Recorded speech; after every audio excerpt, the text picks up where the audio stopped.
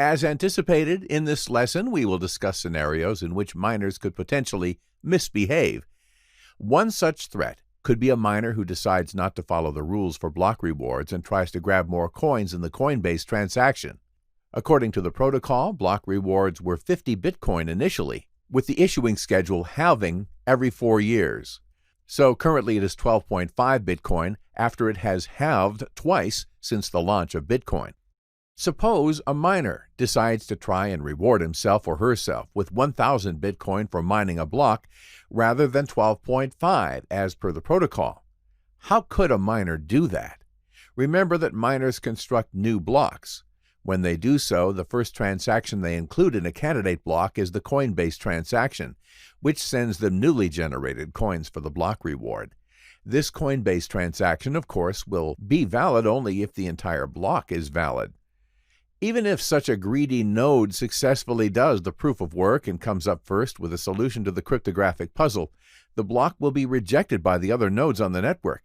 They will immediately spot the irregularity in the Coinbase transaction and will not accept this as a valid block. You may wonder how they do this. How do the other nodes accept or reject a new candidate block? First, they check if all the criteria for valid blocks are met in accordance with the protocol.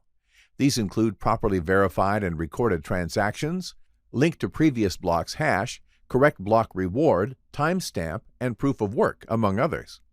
Now imagine that all these checks are correct, but there are several candidate blocks to be included in the blockchain at the same time. A candidate block would be confirmed as valid when it is included in the blockchain. And how does that happen? A block is confirmed as a part of the blockchain when miners start building new blocks on top of it. Remember that a hash of the previous block, known as parent block, is one of the components of the new block's header. This hash is the link to the previous block in the chain, and each block that follows has this parent block link. This is how the blockchain is formed. When miners need to choose the parent for their new block among several candidate blocks, they choose to extend the longest chain. That is, they choose to mine on top of the block that is part of the longest existing chain, with the largest amount of cumulative work done. As usual, by work we mean proof of work calculations. Why do they choose which chain to validate in this way? Because the most accumulated proof of work clearly points to the main chain, which starts with the very first Bitcoin transaction and the first block ever created, the Genesis block. By selecting the parent block, miners effectively vote with their mining power on the state of the blockchain. In this way, the original main valid chain is always extended and more cumulative proof of work is added to it. Miners do this while pursuing their own economic interest to earn block rewards. Remember, miners get rewarded only if they mine valid blocks.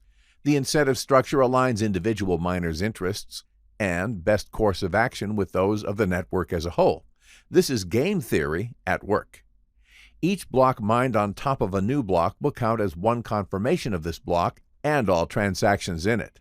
The more blocks built on top of a given block, the more confirmations this block has, and therefore the more secure and immutable all transactions in it are. Block reward coins received by miners become spendable after 100 block confirmations.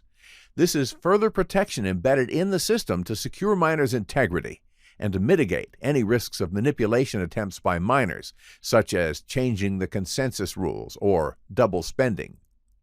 In our next lesson, we'll discuss a hypothetical scenario where a miner tries to create a double-spent transaction and what would happen in that case. Thanks for watching.